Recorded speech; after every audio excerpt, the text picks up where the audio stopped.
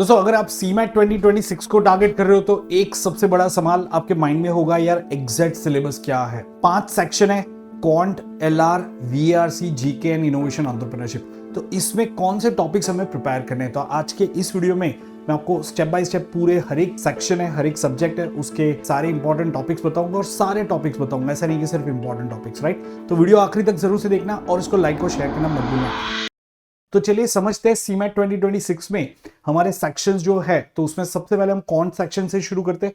तो क्वांट का सिलेबस क्या है। अब ऐसा भी हो सकता है कि आप में से काफी लोगों ने कैट एग्जाम वगैरह दिया होगा, ठीक है, लेकिन अगर आपने नहीं दिया है तो यहां पे आपको स्टेप बाय स्टेप बता देता हूं। जिन लोगों ने कैट एग्जाम लिखा है तो उनको पता होगा कि 5 इंपॉर्टेंट एरिया है क्वांट के: arithmetic, algebra, numbers, geometry and modern maths, ठीक है।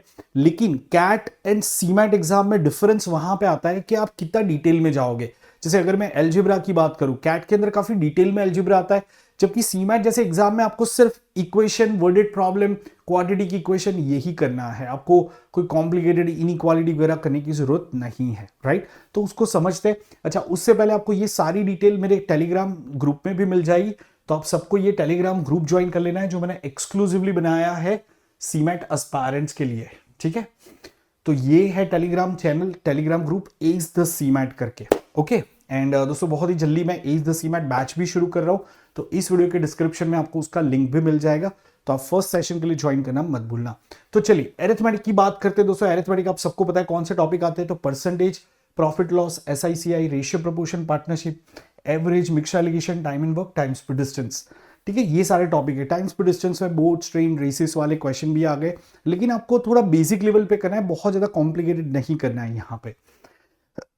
अलजेब्रा की बात करते हैं दोस्तों, linear equation, word problem, age problem, quadratic equation, basic inequality आपको पता होना चाहिए, थोड़ा सा मॉड्यूलस पता होना चाहिए, पॉलिनॉमियल में मेनली क्यूबिक इक्वेशन आपको पता होना चाहिए, ठीक है। तो ये मैं आपको अलग से इसका वर्कशॉप भी कराऊंगा, तो आपको आइडिया आ जाएगा, बट ये टॉपिक्स मोटे मोटे हैं।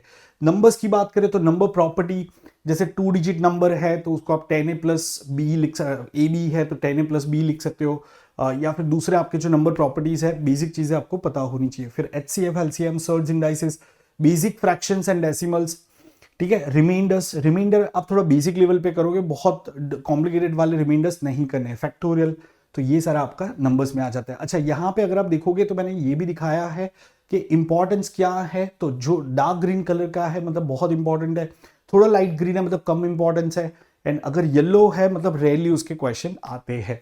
सिमिलरली टॉपिक डिफिकल्टी क्या है, तो जो इजी मॉडरेट आपको दिख रहा है, जो डिफिकल्ट टॉपिक है उसको आप थोड़ा सा बाद में कर सकते हो, जो इजी वाला टॉपिक है उसको आप पहले कर सकते हो। तो आप इस तरीके से भी प्लान आउट कर सकते हो। तो ये पूरा मैंने आपके लिए बनाया हुआ है। सीमैट के लिए आपके पास में थोड़ा कम समय है, तकरीबन अब यहाँ से अगर मैं देखता हूँ तो तकरीबन 1.5 महीने जितना आपके पास समय है।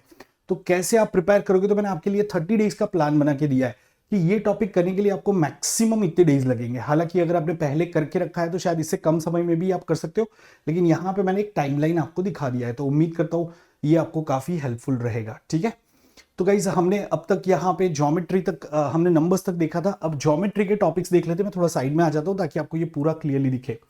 तो ज्योमेट्री में अगर आप देखोगे तो आपको ट्राइंगल, स्क्वायर, रेक्टेंगल, सर्कल्स ये करना है। अब ट्राइंगल की अगर मैं बात करूं तो ट्राइंगल में आपको मेनली बेसिक फिगर्स कर लेना है। जैसे एक तो इक्विलेटरल ट्राइंगल हो गया, वो कर लेना है।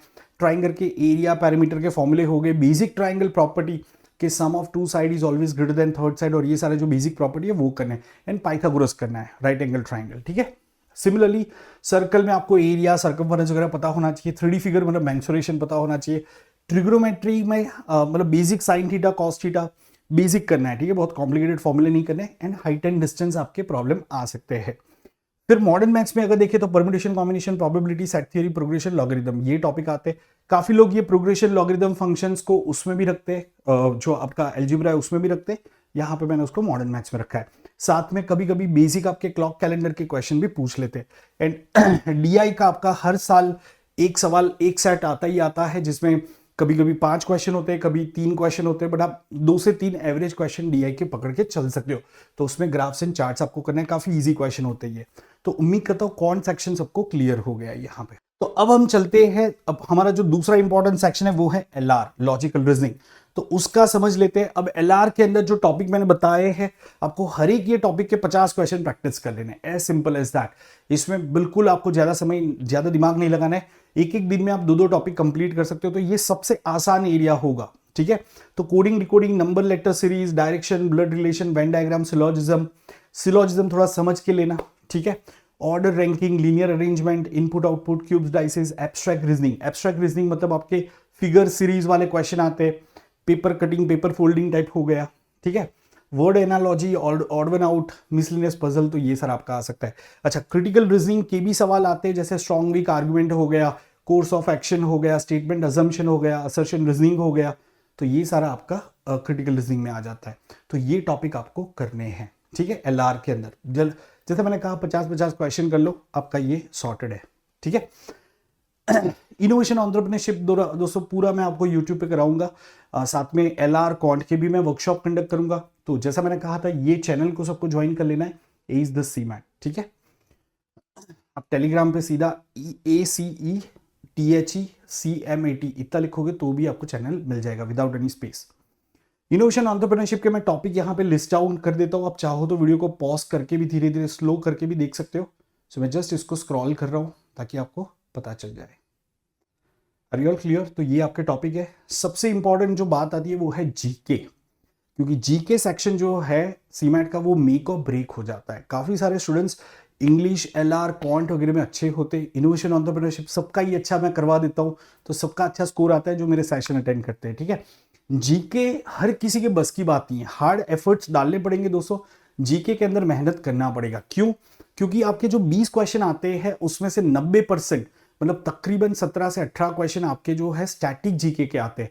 2 से 3 क्वेश्चन आपके डायनेमिक जीके मतलब करंट अफेयर्स के आते हैं, और यही चीज इसको थोड़ा मुश्किल बना देता है, ठीक है। थोड़ा सा मैं करेक्ट करता हूँ, यहाँ पे 80% क्वेश्चन मतलब 16 क्वेश्चन आपके स्टैटिक जीके के होते हैं 20 में से, एंड 4 क्वेश्चन आपके डायनेमिक करंट अफेयर्स के होते हैं।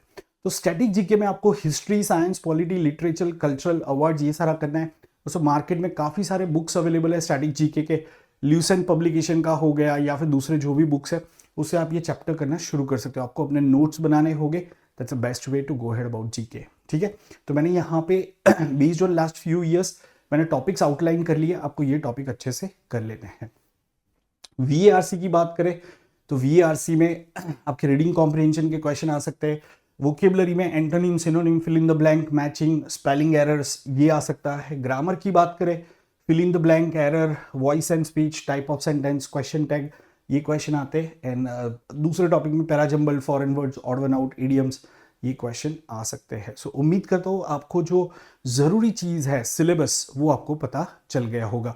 अब यहाँ पे दोस्तों अगर आप कैट के लिए प्रिपेयर कर रहे हो तो डेफिनेटली आप मेरा प्लस बैच ज्वाइन कर सकते हो। अगर आप कैट 26 को टारगेट कर रहे हो तो you can join the subscription batch of mind, और जब भी आप बैच ज्वाइन करते हो आप मेरा कोड HEART10 यूज कर सकते हो। अपने दोस्तों को भी इसके बारे में जरूर से बताना। तो उम्मीद करता हूँ ये वीडियो आप सबको हेल्पफुल लगा होगा। कमेंट्स में मुझे बताना कैसा लगा, लाइक और शेयर करना मत भूलना। मिलते हैं एज द सीमेंट में guys, till then bye and take care.